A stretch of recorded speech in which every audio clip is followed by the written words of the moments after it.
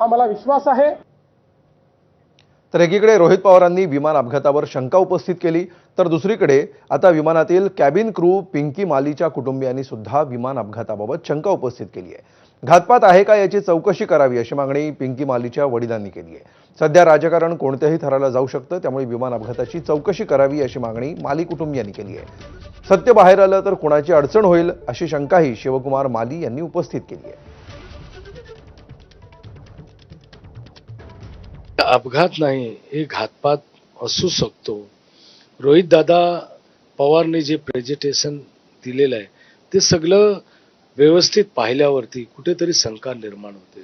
तर आमचं पण असं मत आहे की रोहित दादा पवार या अमोल मिटकरीजी जे शंका उत्पन्न करतायत त्या नजरेने ते 100% बरोबर आहे। कारण का आम्ही देखील मुलगी गमावलेलो आहे, कारण तर आम्हालाही समजला पाहिजे की काय मिस्टेक होता। आणि जे ही कंपनी होती VSR वेंचर यांचे लोक आम्हाला काही कळवले नाही। तर बारामती विमानतळावर अजित पवारांच्या अपघातानंतर प्रशासन जाग झाल्याचं दिसतंय।